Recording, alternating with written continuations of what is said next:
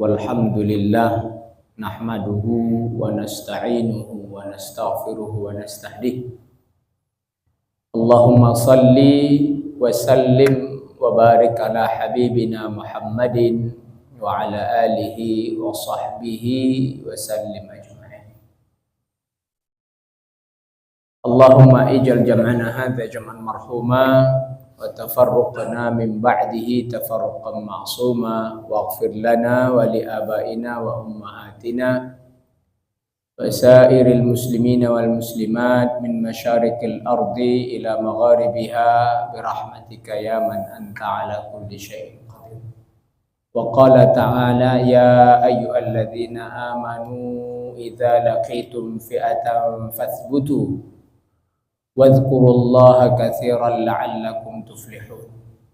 Jamaah salat zuhur yang dimuliakan oleh Allah. Alhamdulillah di siang hari ini kita masih merasakan rangkaian nikmat yang luar biasa dari Allah.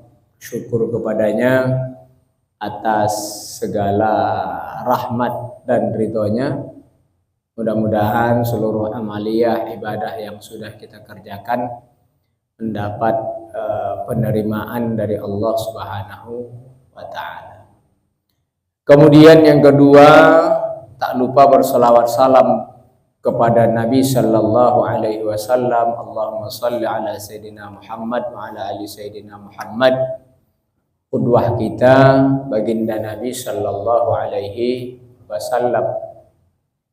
Kata Sayyidah Aisyah, Nabi sallallahu alaihi wasallam yajtahidu fi Ramadan fima la yajtahidu ghairi.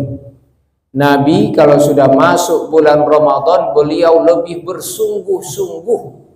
Yang kesungguhan seperti itu tidak ditunjukkan oleh Nabi di luar bulan Ramadan. Wa yajtahidu fi al-ashril awakhir minhu. Nabi akan lebih bersungguh-sungguh di 10 hari terakhir bulan Ramadan ma la yajtahidu fi ghairi, yang Nabi sallallahu alaihi wasallam tidak sesungguh-sungguh itu dibandingkan 10 hari terakhir Ramadan. Nabi sallallahu alaihi wasallam kalau sudah masuk bulan Ramadan kesungguhannya berbeda dengan bulan-bulan yang lain. Itu poin pertama. Poin kedua, kalau sudah masuk 10 terakhir, kesungguhan Nabi akan berbeda dengan 20 hari pertama. Bisa difahamin ya, bahwa Nabi masuk Ramadan, Ramadan itu bulan spesial. Nabi akan lebih bersungguh-sungguh dalam beribadah. Kalau sudah masuk bulan Ramadan dia bersungguh-sungguh, tapi kesungguhannya akan berlebih lagi kalau ke ujung bulan Ramadan. Kalau kita kebalik, awalnya semangat, ujungnya melempem. Awalnya wah gagah, masjid-masjid, musola-musola pasang tenda di pinggir musola, di belakang masjid. 3 hari 4 hari tenda mulai dibongkar, sapnya hilang. Kesungguhan kita berbeda dengan Nabi sallallahu alaihi wasallam, juga berbeda jauh dengan sahabat Nabi radhiyallahu anhum. Lebih hebat lagi sahabat Nabi, di tahun pertama diwajibkan puasa Ramadan. Ramadan ini kan tadinya tidak wajib puasa. Sahabat tuh puasa cuma 3 hari setiap bulan. Itu pun tidak wajib. Tiap bulan hanya 3 hari. Bahkan di antara sahabat itu ada yang berpuasanya itu sampai kerepotan. Karena puasa orang dulu imsaknya itu kalau bangun tidur. Beberapa sahabat pulang dari kebun sampai rumah, tanya kepada istrinya, udah ada makanan belum? Kata suami, kata istrinya belum. Kata istrinya, sebentar tak siapin. Suaminya rebahan-rebahan, ketiduran. Karena waktu berbuka dulu bukan azan maghrib. Waktu berbuka kalau cahaya merah sudah hilang di ufuk barat, bintang sudah terbit, itulah waktu berbuka. Sekarang itu kita sebut dengan waktu isya. Sahabat pulang menjelang maghrib, selesai sholat maghrib, tanya udah ada makanan belum? Akhirnya sahabat rebahan-rebahan, ketiduran, begitu bangun mau makan sudah imsak, nggak boleh lagi makan. Begitu cara berpuasa sebelumnya, sebelum datang kewajiban bulan Ramadan. Akhirnya sahabat tadi sehari lagi nggak makan, nggak minum. Besok kejadian yang sama. Bisa 3 hari itu mereka tidak makan, tidak minum. Kuat. Begitu datang kewajiban Ramadan, sahabat gelisah. Ya Rasulullah, kalau 3 hari kami mampu, kayak yang sudah-sudah. Tapi kalau 30 hari sebulan Ramadan ini berat. Allah Subhanahu wa Ta'ala turunkan ayatnya dalam Al-Baqarah. Di antara penggalan ayatnya kata Allah, kulu washrobu, makan dan minumlah kalian hatta yatabayyana lakumul khaytul abyadu minal khaytil aswad, sampai jelas bagi kalian mana benang hitam, mana benang putih minal fajri, pada saat fajar. Maksudnya apa? Benang hitam adalah malam, benang putih adalah siang, pakai majas. Allah bikin dengan kalimat majas, benang hitam adalah malam, benang putih adalah siang. Di waktu fajar jelas mana siang mana malam, disitulah waktu kalian berhenti makan.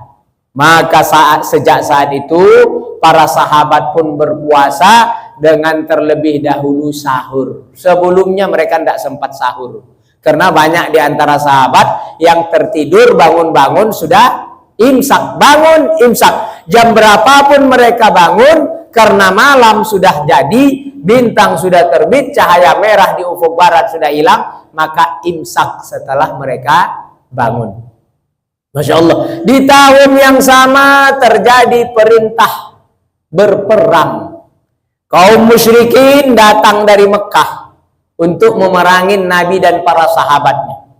Mendapatkan informan, membawa berita kepada Nabi. Kata informan Nabi, ya Rasulullah, ini ada informasi penting. Apa itu? Ada pergerakan pasukan. Dari mana? Dari Mekah.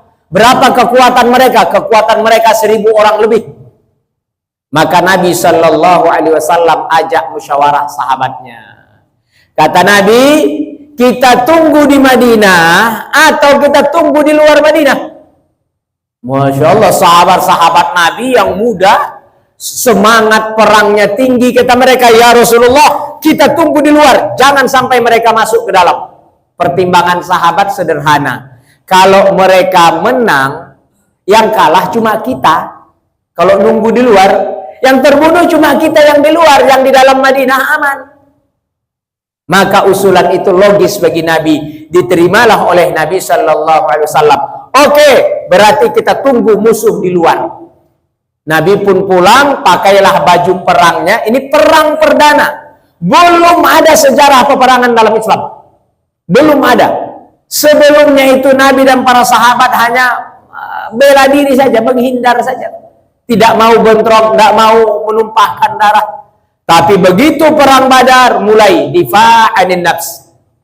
Mulai defense, bertahanlah ini Nabi Shallallahu Alaihi Wasallam. Bertahan dari serangan musuh. Kita harus bisa membela diri. Meskipun jumlahnya mereka banyak, lebih dari 1000 orang, bukan berarti kita harus kalah. Disusunlah oleh Nabi, semangatlah Nabi, semangatlah para sahabat. Ketika sahabat-sahabat yang muda tadi ngumpul dengan sahabat-sahabat yang senior, mulai yang muda-muda itu tadi dicela. Kamu tuh berani-beraninya ngusulin kayak begitu kepada Nabi. Jadi ngerepotin Nabi harus keluar dari Madinah. Akhirnya sahabat-sahabat yang tadi mengusulkan nunggu di luar kota Madinah kembali datang kepada Rasul. Ya Rasul, kayaknya kita lebih baik nunggu di Madinah aja lah, tidak usah tunggu di luar. Oh, kata Nabi, pantang bagi seorang Nabi sudah pakai baju perang, dia lepaskan lagi. Pantang. Nabi sudah pakai baju perang, tidak ada kata mundur. Berangkat. Begitulah semangatnya Nabi Shallallahu Alaihi Wasallam, dan itu di bulan puasa tanggal 17 Ramadan.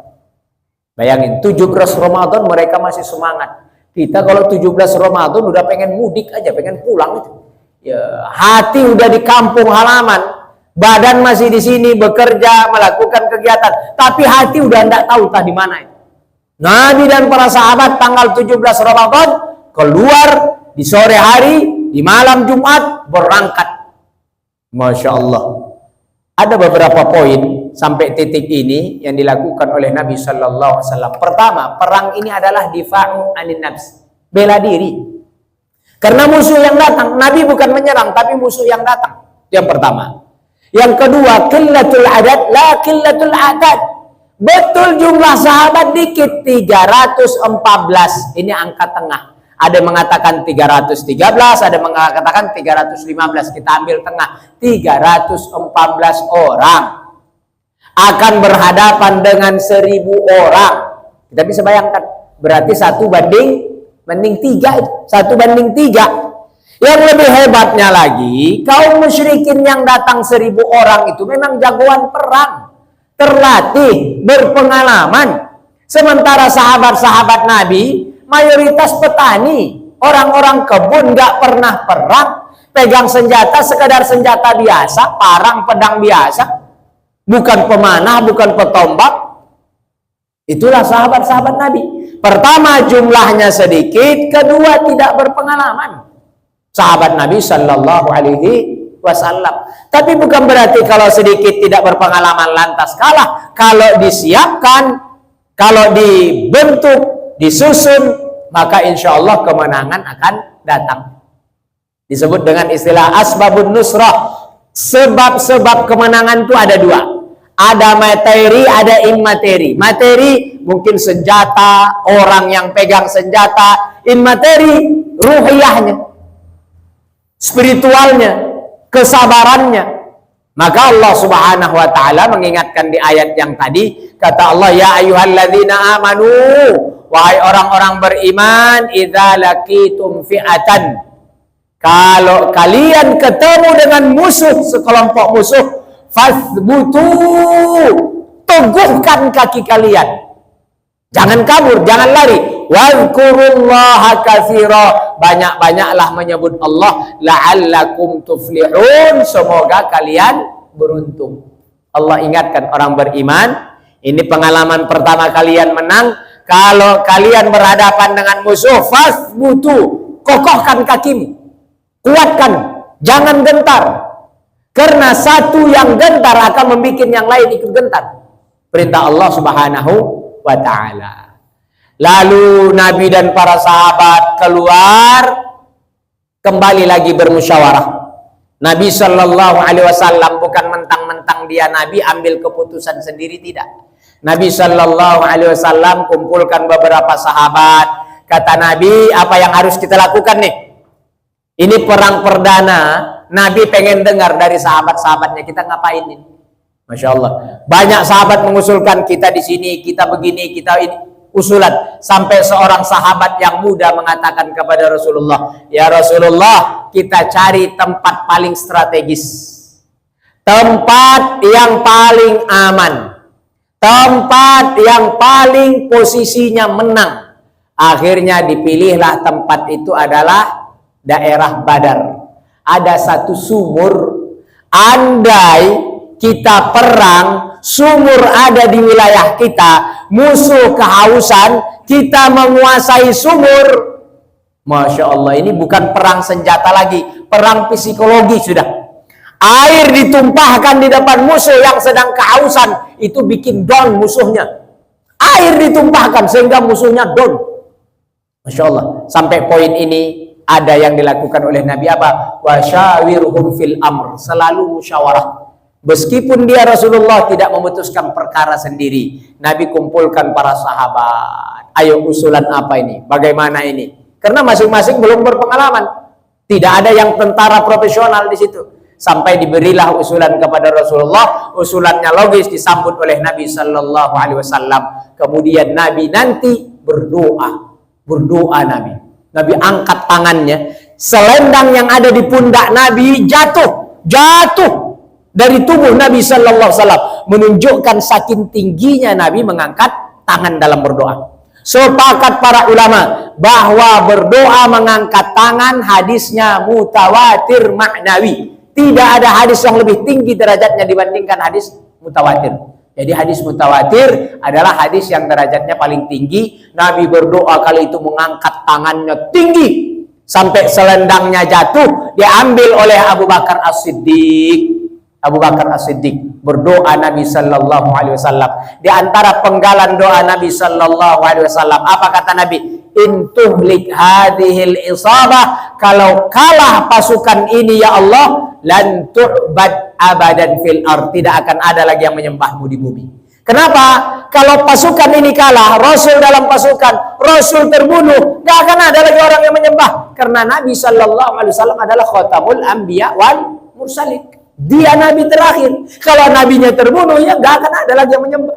Sahabat yang ikut perang 314, kalau terbunuh kalah semua. Yang tinggal di Madinah tidak lebih banyak, yang sedang hijrah di Habsyah tidak lebih banyak, maka gak akan ada lagi orang yang akan menyembah Allah. Masya Allah. Sebegitu doanya Nabi, tinggi diangkat oleh Nabi tangannya. Semakin besar harapan, semakin tinggi tangan Nabi sallallahu alaihi wasallam berdoa kepada Allah Subhanahu wa ta'ala. Maka dengan doa itu sahabatnya Abu Bakar sampai katakan kepada Rasulullah, hasbuk ya Rasulullah, cukup Rasul, cukup Rasul. Abu Bakar khawatir melihat kesungguhan doa Nabi, khawatirnya datang azab bagi kaum seluruhnya. Itu yang dikhawatirkan oleh Bakar. Seperti nabi-nabi terdahulu, datang azab bagi kaum yang membangkangnya. Hasbuk ya Rasulullah, cukup Rasul, kata Abu Bakar. Khawatirnya kesungguhan doa Nabi menyebabkan datangnya azab bagi orang-orang yang menolak beriman kepada Nabi sallallahu alaihi wasallam. Jadi Nabi selalu bermusyawarah, kemudian Nabi sallallahu alaihi wasallam berdoa kepada Allah Subhanahu wa taala. Jelas zuhur mulakan Allah. Kita break dulu sebentar sembari kita mendengarkan azan zuhur. Aku